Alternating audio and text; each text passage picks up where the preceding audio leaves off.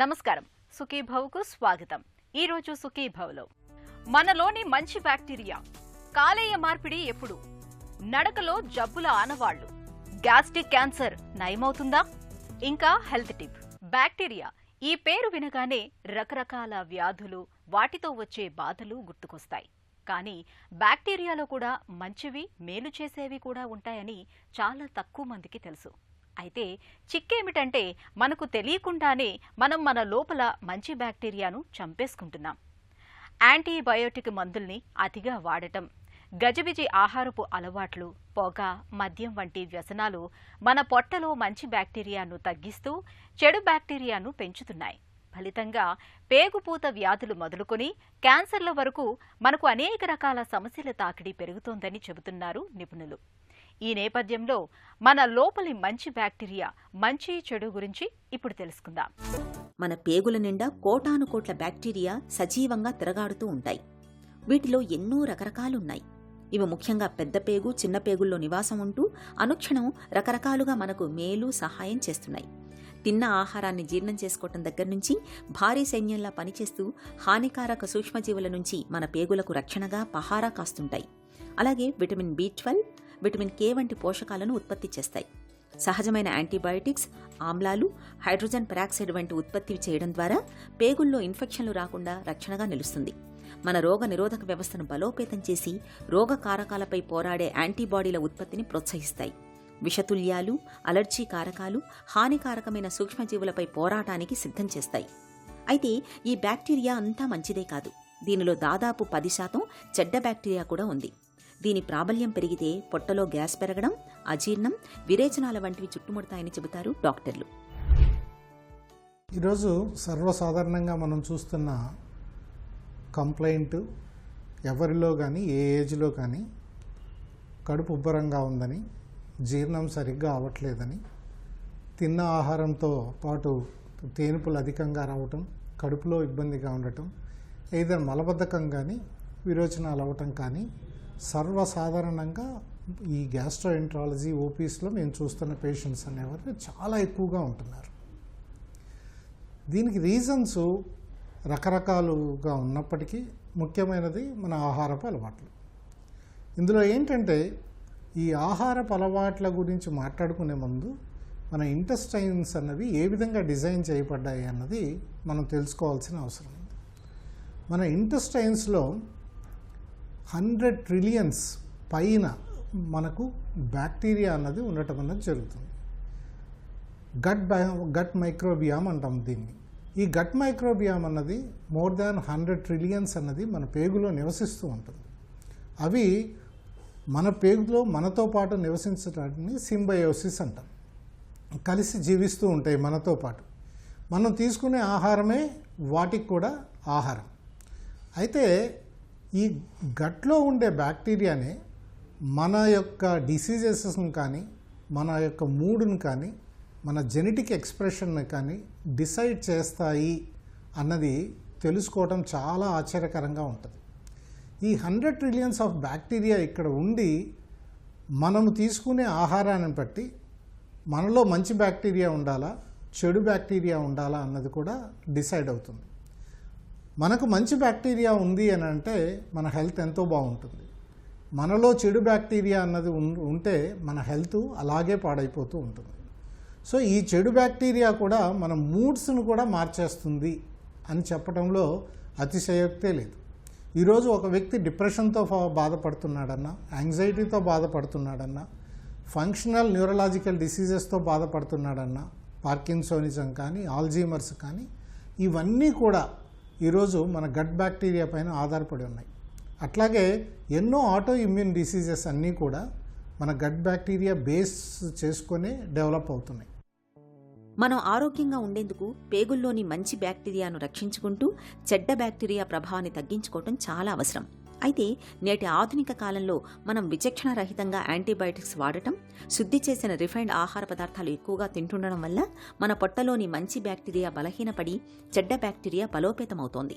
పేగుల్లో చెడ్డ బ్యాక్టీరియా పెరగడం వల్ల పేగుపూత అంటే IBD, IBS, అల్సరేటివ్ కొలైటిస్, పెద్ద పేగు క్యాన్సర్ల వంటివి పెరుగుతున్నాయని పరిశోధనా ప్రపంచం ఇప్పటికే బలంగా విశ్వసిస్తోంది.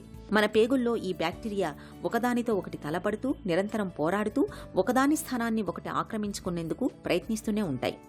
మంచి బ్యాక్టీరియా ప్రభావం ఎక్కువగా ఉన్నంత వరకు సమస్య ఉండదు. ఈ నేపథ్యంలో మంచి బ్యాక్టీరియా పెంచుకోవటం ద్వారా చెడ్డ బ్యాక్టీరియా ప్రభావాన్ని తగ్గించాలని పరిశోధకులు విస్తృతంగా కృషి చేస్తున్నారు. ప్రోబయాటిక్స్ వంటివన్నీ ఈ ప్రయత్నాల్లో భాగమే. ఈ బ్యాక్టీరియాని మనం ఎలా కంట్రోల్ పెట్టుకోవాలి, ఏ విధంగా చేసుకోవాలి? ముఖ్యంగా మనం తీసుకునే ఆహారంతో పాటు లైఫ్ స్టైల్ చేంజెస్ కూడా చాలా ఇంపార్టెంట్ ఇందులో ఉన్నాయి. సో ఈ గట్ బ్యాక్టీరియాని మనము మంచి బ్యాక్టీరియాని ప్రొలిఫరేట్ చేసుకోవాలంటే దానికి అందించాల్సిన ఆహారాన్ని మనతో పాటు మనకు ఆహారం ఏదైతే ఆరోగ్యకరమైందో దానికి ఆరోగ్యకరమైన ఆహారాన్ని మనం అందచేయాలి. ఈరోజు ఈ గ్యాస్ ట్రబుల్కి ప్రధానమైన కారణాల్లో ఒకటి అసిడిటీ అన్నది ఒకటి మనం చూస్తుంటాం. గ్యాస్ట్రైటిస్ అనేది వస్తుంటుంది. ఒక్కోసారి హెచ్ పైలోరీ బ్యాక్టీరియల్ ఇన్ఫెక్షన్స్ వల్ల అల్సర్స్ వస్తుంటాయి. కొంతమంది ఈ హెచ్ పైలోరీ బ్యాక్టీరియల్ ఇన్ఫెక్షన్స్ వల్ల కొన్ని రకాల క్యాన్సర్స్ కూడా వస్తుంటాయి. అలాగే అత్యధికంగా రిఫ్లక్స్ అన్నది ఎక్కువగా ఉంటుంది. మనం తీసుకునే కెఫినేటెడ్ డ్రింక్స్ వల్ల కావచ్చు, కూల్ డ్రింక్స్ వల్ల కావచ్చు, సోడాస్ వల్ల కావచ్చు, లేదా రిఫైన్డ్ ప్రోడక్ట్స్ కావచ్చు, ఫ్రైడ్ ఐటమ్స్ వల్ల కావచ్చు, అలాగే కొంత స్ట్రెస్ వల్ల కావచ్చు, ఈ గ్యాస్ట్రోఈసోఫేజల్ రిఫ్లక్స్ అనేది వస్తుంటాయి. పొట్టను ఆరోగ్యంగా ఉంచుకోవడానికి పేగుల్లో చెడ్డ బ్యాక్టీరియా పెరగకుండా చూసుకోవడం చాలా అవసరం. ఇందుకు ఎంతో అవసరమైతే తప్పించి యాంటీబయాటిక్స్, యాంటాసిడ్, స్టిరాయిడ్ మందుల్ని వాడకూడదు. అలాగే విరేచనాలయ్యేందుకు మందులు వేసుకోవడం మంచిది కాదు. వాటి వల్ల పొట్టలోని మంచి బ్యాక్టీరియా కూడా కొట్టుకుపోతుంది. ఆహారంలో తీపి, చక్కెరలు ఎక్కువగా ఉండే పదార్థాలు, బాగా శుద్ధి చేసిన రిఫైన్డ్ పదార్థాల్ని బాగా తగ్గించాలి. ఇవి పేగుల్లో పులిసినట్లయి చెడ్డ బ్యాక్టీరియా పెరిగిపోయేందుకు దోహదం చేస్తాయి. మాంసాహారాలు బ్యాక్టీరియాతో చర్య జరిపి పేగుల కణాల్లోని డిఎన్ఏలో మార్పులు తెచ్చే అవకాశం ఉంటుంది. కాబట్టి మాంసాహారాన్ని సాధ్యమైనంత తక్కువగా తింటూ పీచు పదార్థాలు ఎక్కువగా తీసుకోవాలి. ఇక మద్యం అనేది పేగుల్లోని మంచి బ్యాక్టీరియాను దెబ్బతీయడంతో పాటు చెడ్డ బ్యాక్టీరియా ప్రభావం పెరిగేలా కూడా చేస్తుంది. కాబట్టి తరచూ మద్యం తాగకుండా ఉండడం పొట్టకు మంచిది. తాజా పండ్లు, పెరుగు, మజ్జిగ వంటివి ఎక్కువగా తీసుకోవటం పేగుల్లో మంచి బ్యాక్టీరియాకు ఎంతో మేలు చేస్తుంది. కాలేయం బాగున్నంత వరకే మనకు ఆరోగ్యం. ఏ కారణంగానైనా కాలేయం దెబ్బతినిపోతే మన ఆరోగ్యం పూర్తిగా కుదేలైపోతుంది. ఇలాంటప్పుడు దెబ్బతిని పూర్తిగా పాడైపోయిన కాలేయం స్థానంలో దాత నుంచి సేకరించిన కాలేయాన్ని మార్పిడి చేయాల్సి ఉంటుంది. అయితే కాలేయం దాదాపు 90% పాడైనప్పటికీ మందులతో దాన్ని బాగు చేసే అవకాశం ఉంటుంది. పూర్తిగా పాడైనప్పుడు, సిరోసిస్, క్యాన్సర్ సోకినప్పుడు మాత్రం ఖచ్చితంగా కాలేయ మార్పిడికి వెళ్లాల్సి ఉంటుంది. కాలేయ మార్పిడికి దారితీసే పరిస్థితుల గురించి ఇప్పుడు తెలుసుకుందాం. కాలేయ మార్పిడి అనే ఆపరేషన్ పెద్ద operation, it's complex operation. So అందుకని ఓన్లీ క్లియర్ ఇండికేషన్ ఉంటేనే మనం అడ్వైస్ చేస్తాం అన్నమాట. సో ఇప్పుడు కాలేయ మార్పిడికి ఏమేమి రీజన్స్ అంటే, ఒకటేమో సిరోసిస్ బాగా అడ్వాన్స్డ్ అయిపోయి చైల్డ్స్ బి, చైల్డ్ సి వచ్చి, జాండిస్ వచ్చి, కడుపులో నీరు చేరి, కాళ్ళలో వాపులు వచ్చి, లేకపోతే ఫిట్స్, కోమా ఇలాంటిగా ఉన్నప్పుడు కాలేయ మార్పిడి అవసరం. ఇది డీకంపెన్సేటెడ్ లివర్ డిసీజ్ సిరోసిస్ అంటారు. రెండో రీజన్ ఏంటంటే, సిరోసిస్ పేషెంట్స్లో లివర్లో క్యాన్సర్లు వచ్చే ఛాన్స్ ఉంది. సో ఆ క్యాన్సర్ని ఆపరేషన్ చేసి తీయలేము, ఎందుకంటే లివర్ తట్టుకోలేదు ఆపరేషన్. అలాంటప్పుడు లివర్ని మొత్తం తీసేసి క్యాన్సర్తో సహా కొత్త లివర్ మార్పిడి చేస్తే అది క్యూర్ అవుతుంది అన్నమాట క్యాన్సర్. సో లివర్ క్యాన్సర్లో కాలేయ మార్పిడి ఈజ్ అన్ ఇంపార్టెంట్ ఇండికేషన్. ఇక మూడో కాజ్ ఏంటంటే ఎక్యూట్ లివర్ ఫెయిల్యూర్. ఇప్పుడు నార్మల్గా హెల్దీగా ఉన్న వాళ్ళకి సమ్టైమ్స్ సడన్గా ఇన్ఫెక్షన్ వల్ల hepatitis A infection, hepatitis B infection, hepatitis E infection, ఇలాంటి ఇన్ఫెక్షన్ వలన లివర్ సడన్గా డ్యామేజ్ అయిపోతుంది. Within a few days jaundice, blood clot అవ్వదు, కోమాలోకి వెళ్ళిపోతారు. సో దీన్ని ఎక్యూట్ లివర్ ఫెయిల్యూర్ అంటారు. ఇలాంటి కేసెస్లో ఎమర్జెన్సీ లివర్ ట్రాన్స్ప్లాంట్ చేయాల్సి వస్తుంది. వెస్టర్న్ కంట్రీస్, అమెరికాలో కానీ, యునైటెడ్ కింగ్డమ్లో కానీ, యూరోప్లో కానీ అయితే మోస్ట్ ఆఫ్ ద ట్రాన్స్ప్లాంట్ని కెడావరిక్ ట్రాన్స్ప్లాంటేషన్స్ అంటారు. అంటే ఎవరైనా పేషెంట్ హెడ్ ఇంజరీ, యాక్సిడెంట్ అయ్యి హెడ్ ఇంజరీ అయ్యి, లేకపోతే స్ట్రోక్ వచ్చి కోమాలోకి వెళ్ళిపోయి బ్రెయిన్ పనిచేయకపోతే అప్పుడు ఐసీయూలో ఉన్న డాక్టర్స్ ఇంకా ఈ పేషెంట్ని ఇంకా ఏమీ చేయలేము, మనం బ్రతికించలేము, డెత్ అయిపోయింది అని డిసైడ్ చేసిన తర్వాత ఫ్యామిలీని అప్రోచ్ చేసి మీ పేషెంట్ ఆర్గన్స్ని డొనేట్ చేస్తారని అడుగుతారు. సో ఫ్యామిలీ అగ్రీ చేస్తే వాళ్ళ నుంచి, ఆ డోనర్ నుంచి లివర్ కానీ, కిడ్నీస్ కానీ, హార్ట్, లంగ్స్ తీసుకుని అది పేషెంట్కి ఇస్తారనమాట. దాన్ని కెడావరిక్ లివర్ ట్రాన్స్ప్లాంటేషన్ అంటారు. వయసు పైబడుతున్న కొద్దీ నడకలో, నడిచే తీరులో మార్పులు రావటం సహజమే. 60 ఏళ్లు వచ్చేసరికల్లా నడకలో వేగం గణనీయంగా తగ్గిపోతూ ఉంటుంది. అయితే మన నడక తీరుతెన్నులను బట్టి కొన్ని రకాల అనారోగ్య సమస్యల్ని అంచనా వేయొచ్చు. ముఖ్యంగా తూలడం, అదే పనిగా ముందుకు పడిపోవటం వంటివి కొన్ని జబ్బులకు సంకేతాలుగా అనుమానించాలంటారు నిపుణులు. నడకలో జబ్బుల ఆనవాళ్ల గురించి ఇప్పుడు తెలుసుకుందాం. మనం అలవోకగా నడిచేస్తుంటాం కానీ నిజానికిదో అత్యంత సంక్లిష్ట ప్రక్రియ. కాళ్ళు, చేతులు, కడుపు, వీపు, కటిభాగంలోని కండరాలు, మెదడు మధ్య ప్రసారమయ్యే సంకేతాలు ఇందులో పాలు పంచుకుంటాయి. సాఫీగా నడవటం, నడక వేగం మన ఆరోగ్యాన్ని బట్టి చూపుతాయి. వృద్ధాప్యం ముంచుకొస్తున్న తీరును వివరిస్తాయి. నడక వేగం తగ్గటం, సాఫీగా నడవకపోవటం పార్కిన్సన్స్ వంటి నాడీ క్షీణత సమస్యలకు తొలిదశ సంకేతమని చెప్పుకోవచ్చు. పార్కిన్సన్ జబ్బులో మెదడు నుంచి ఎముకలకు అంటుకునే కండరాలకు సంకేతాలు అందటం అస్తవ్యస్తమవుతాయి. వయస్సుతో పాటు నాడులు క్షీణించటం వల్ల నడుస్తున్నప్పుడు అంగల మధ్య దూరమూ తగ్గుతుంది. ఒక్కో అంగం వేయటానికి ఎక్కువ సమయం పడుతూ ఉంటుంది. కొందరిలో పాదం ముందుకు వంగిపోతూ ఉంటుంది. దీంతో వేళ్లు నేలకు తాకి కింద పడుతూ ఉంటారు.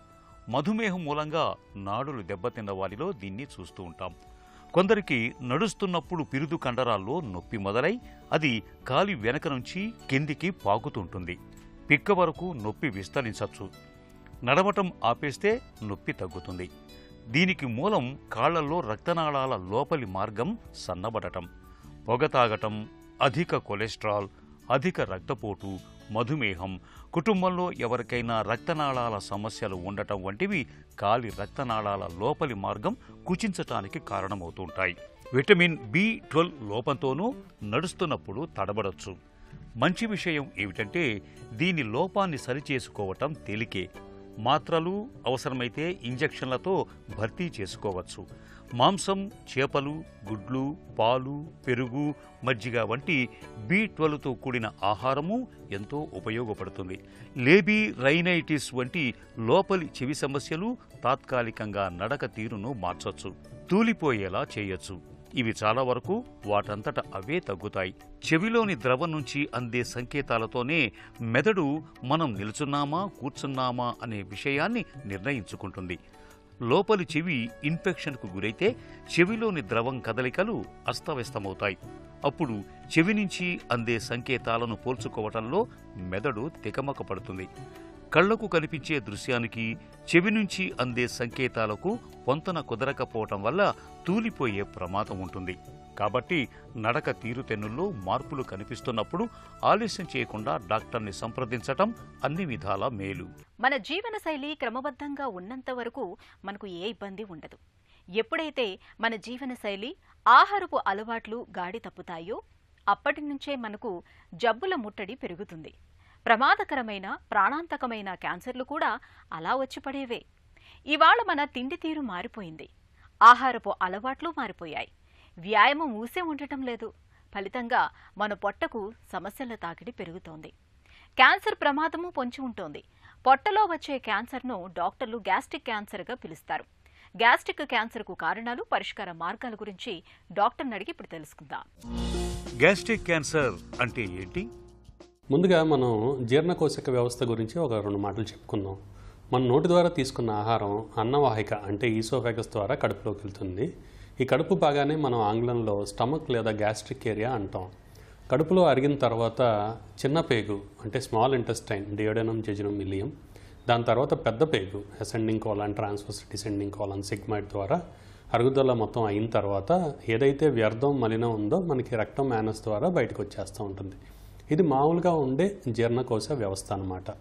ఏదైనా మార్పుల వల్ల ఒకవేళ మన కడుపులో ఏమైనా గడ్డల కింద ఏర్పడి ప్రమాదకరమైన క్యాన్సర్ కింద ఏర్పడితే దాన్ని మనం గ్యాస్ట్రిక్ క్యాన్సర్ లేదా స్టమక్ క్యాన్సర్ అని అంటాం. గ్యాస్ట్రిక్ క్యాన్సర్ ఎందుకు వస్తుంది? కారణాలేంటి? స్టమక్ క్యాన్సర్ రావడానికి ముఖ్య కారణం ఏంటంటే కనుక హెలికోబ్యాక్టర్ పైలోరీ అనే ఒక బ్యాక్టీరియా ద్వారా ఇన్ఫెక్షన్ సోకి చాలా సంవత్సరాల పాటు మన కడుపులో ఆ ఇన్ఫెక్షన్ బారిన పడి ఉన్నట్లయితే కనుక ఈ స్టమక్ క్యాన్సర్ యొక్క బారిన పడే అవకాశం అనేది మనం చూస్తూ ఉంటాం. ఇంతేకాకుండా బైల్ రిఫ్లక్స్ ఏదైనా వివిధ కారణాల వల్ల జీర్ణకోశ వ్యవస్థలో ఉన్న ఇబ్బందుల వల్ల మనకి చిన్నపేగు నుండి ఒక బైల్ రిఫ్లెక్స్ అనేది ఎక్కువై కడుపులో కూడా ఎక్కువ వస్తూ ఉన్నట్లయితే కనుక ఏదైనా ఆపరేషన్ల ద్వారా కూడా వస్తూ ఉన్నట్లయితే కనుక ఈ స్టమక్ క్యాన్సర్ యొక్క బారిన పడే అవకాశం మనం ఎక్కువగా చూస్తూ ఉంటాం. ఇందాక చెప్పుకున్నట్టు ఈ బ్యాక్టీరియా ఇన్ఫెక్షన్ బాగా సోకినప్పుడు ఏంటంటే మనకి ప్రికర్సర్ లీజన్స్ అంతా ఉంటాం. ఏంటంటే ఈ ప్రమాదకరమైన క్యాన్సర్కి బారిన పడే ముందు 2-3 దశల్లో దాదాపు అది మారి మనకి ఈ టైప్ చూస్తూ ఉంటాం. అతి ముఖ్యంగా చెప్పుకోవాల్సింది ఏంటంటే క్రానిక్ అట్రోఫిక్ గ్యాస్ట్రైటిస్ లేదంటే ఇంటెస్టైనల్ మెటాప్లేషియా, డిస్ప్లేషియా అని స్టేజ్ల ద్వారా మారి మనకి ఈ ప్రమాదకరమైన క్యాన్సర్ కింద తయారయ్యే అవకాశం ఉంటుంది. ఇంతేకాకుండా మనం ప్రాసెస్డ్ మీట్ చాలాసార్లు ఏంటంటే మనం మాంసాహారాన్ని అది ప్రాసెస్ చేసి ఫ్రిడ్జ్లో పెట్టి అవి ట్రాన్స్పోర్ట్ కూడా చేసి ఈ ప్రాసెసింగ్లో మనం ముఖ్యంగా ఏంటంటే కనుక సాల్ట్ బేస్డ్ ప్రాసెసింగ్ అనేది చేస్తారు. ఆహార పదార్థాలు మనకి నిల్వ ఉండటానికి ఈ సాల్ట్ ద్వారా ప్రాసెస్ చేయడం ద్వారా ఎక్కువ కాలం ఉండే అవకాశం ఉంటుంది.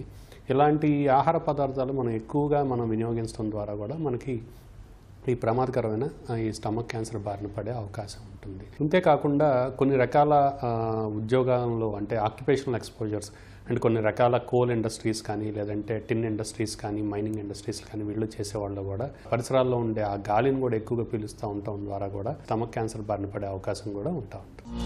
గ్యాస్ట్రిక్ క్యాన్సర్ లక్షణాలు ఎలా ఉంటాయి? ఈ గ్యాస్ట్రిక్ క్యాన్సర్ యొక్క ముఖ్య లక్షణాలు ఏంటంటే చాలా చిన్నగా గడ్డలు ఉన్నప్పుడు మనకి దాదాపు ఎటువంటి లక్షణాలు అనేవి మనకు కనిపించవు. ఒకవేళ అదేమైనా పెద్దగా ఉన్నట్లయితే కనుక మనకి ఏంటంటే కనుక కడుపులో అరుగుదల అనేది ముందు తగ్గుతూ ఉంటుంది. అంతేకాకుండా కొద్దిగా వికారంగా ఉండటం కానీ వాంతి వచ్చినట్టు ఉండటం కానీ కూడా మనం చూస్తూ ఉంటాం. ఒకవేళ ఆ గడ్డ పెద్దదైనట్లయితే కనుక దాదాపు అరుగుదల తగ్గిపోవటం వల్ల మనకి అకారణంగా బరువు తగ్గటం అనేది ఇది జబ్బు యొక్క ముఖ్య లక్షణం అన్నమాట. ఇంతేకాకుండా ఏదైనా గడ్డ బాగా పెరిగిపోయి మనకి మిగతా అవయవాలు అతి ముఖ్యంగా ఏంటంటే లివర్కి పాకినట్లయితే కనుక మన కామర్లు అనేవి కూడా మనం చూస్తూ ఉంటాం. పెరిటోనియం అంటే కనుక పెద్ద పేగుల మధ్యలో చిన్న పొరలాగా ఉంటుంది. ఈ జబ్బు అనేది ఆ పెరిటోనియం కూడా పాకడం అనేది మనం చూస్తూ ఉంటాం. అలా జరిగినప్పుడు మనం ఏంటంటే కనుక కడుపులో నీరు చేరటం అనేది కూడా కడుపు ఉబ్బరంగా ఉండటం, నీరు చేరటం అనేది కూడా మనం చూస్తూ ఉంటాం. ఇవన్నీ కూడా ఈ స్టమక్ క్యాన్సర్ యొక్క అడ్వాన్స్డ్ దశలో మనం చూస్తూ ఉంటాం. అడ్వాన్స్డ్ దశ యొక్క లక్షణాలు అన్నమాట. గ్యాస్ట్రిక్ క్యాన్సర్ను ఎలా నిర్ధారిస్తారు? ఎప్పుడైతే ఆ పేషెంట్కి మనకి ఈ లక్షణాలు చూసామో ఎండోస్కోపీ, అప్పర్ గ్యాస్ట్రోఇంటెస్టైనల్ ఎండోస్కోపీ అంటే అన్నవాహికలోనూ కడుపులోనూ చిన్న గొట్టం వేసి చూడటం ద్వారా అక్కడ చిన్న చిన్న అల్సర్ లాంటివి ఉన్నాయా లేదంటే గడ్డలు ఉన్నాయా కూడా మనం చూస్తూ ఉంటాం. ఎప్పుడైతే ఇలాంటి గడ్డలు మనం చూసామో చిన్న ముక్క పరీక్ష అంటే బయాప్సీ చేసినట్లయితే కనుక అది ఎటువంటి గడ్డ, ప్రమాదకరం లేని గడ్డ లేదంటే ప్రమాదం ఉన్న గడ్డ అనేది మనం తెలుసుకోవడానికి అవకాశం ఉంటుంది. ఒకవేళ అదైతే కనుక క్యాన్సర్ సంబంధించిన మార్పులు ఉన్నాయి అని తెలిసినట్లయితే కనుక ముఖ్యంగా మనం అది ఏ స్టేజ్లో ఉంది, కేవలం ఆ పైన పొరలోనే ఉందా లేదంటే పైన పొర నుంచి లోపల కండరానికి కూడా పాకిందా లేదంటే రక్తం ద్వారా కానీ లింఫ్ గ్రంథుల ద్వారా కానీ మిగతా అవయవాలు కానీ పాకిందా కూడా చూసుకుంటూ ఉంటాం. ఇది తెలియటానికి మనం ముఖ్యంగా 2 పరీక్షలు చేస్తామండి. అదేంటంటే ఎండోస్కోపిక్ అల్ట్రాసౌండ్. ఎండోస్కోపిక్ అల్ట్రాసౌండ్ పరీక్ష ద్వారా మనకి పై పొరలోనే ఉందా లేదంటే లోపల కండరం అంటే మస్కులారిస్ ప్రాప్రియాలోకి కూడా వెళ్ళిందా లేదా అనేది తెలుస్తుంది. అంతేకాకుండా కాంట్రాస్ట్ సిటీ స్కాన్, ఈ స్కాన్ ద్వారా కూడా మనకి చుట్టుపక్కల లింఫ్ గ్రంథులకి ఏమైనా పాకిందా లేదంటే కనుక మనకి లివర్కి కానీ మిగతా అవయవాలకు పాకిందా కూడా తెలుసుకుంటాం. ఇది చేయటం ద్వారా మనకి అది తొలి దశలోనే ఉందా కొద్దిగా పక్కన అవయవాలకు పాకి కొద్దిగా అడ్వాన్స్డ్ దశలో ఉందా అనేది తెలుస్తాం. గ్యాస్ట్రిక్ క్యాన్సర్కు చికిత్స ఎలా ఉంటుంది? మనం తొలి దశలోనే ఉందని అనుకున్నట్లయితే కనుక స్కానింగ్ పరీక్ష ద్వారా తప్పనిసరిగా ముందుగా స్టేజింగ్ లాప్రోస్కోపీ చేస్తామండి ఆపరేషన్కి వెళ్ళే ముందు. ఎందుకంటే కనుక దాదాపు 20 నుండి 30% మందికి స్కానింగ్లో కనిపిపోయినా కానీ కడుపులోని పెరిటోనియంలో మనకి జబ్బు ఉండే అవకాశం ఉంటుంది. కాబట్టి మనం స్టేజింగ్ లాప్రోస్కోపీ చేసి దాంట్లో కూడా కడుపులోని ఇంకెక్కడా జబ్బు లేనట్లయితే కనుక ఆపరేషన్ చేసుకుని ఈ చిన్న గడ్డను మనం తీసివేసి నయం చేసుకుంటూ ఉంటాం. ఒకవేళ మనకి ఆ పై పొరే కాకుండా లోపల కండరానికి మస్కులారిస్ ప్రాప్రియా కూడా వెళ్ళినట్లయితే కనుక లేదంటే చుట్టుపక్కల ఉన్న పెరిగ్యాస్ట్రిక్ లింఫ్ గ్రంథులకు కూడా పాకినట్లయితే కనుక ముందుగా మనం కీమోథెరపీ మందులు ఇచ్చుకొని మెడికల్ ట్రీట్మెంట్ ద్వారా దాని సైజ్ తగ్గించుకుని మనం దాని తర్వాత ఆపరేషన్కి వెళ్ళగలిగే అవకాశం ఉంటుంది. ముందుగా మందులు ఇవ్వటం ద్వారా మనకి 2 లాభాలు ఉంటాయండి. ఒకటేంటంటే జబ్బు యొక్క శాతం అనేది తగ్గుతుంది. తర్వాత మన రెండో లాభం ఏంటంటే మొత్తం ఎక్కడైతే గడ్డ ఉందో జబ్బును కూడా మొత్తం తీయగలిగే అవకాశం ఉంటుంది.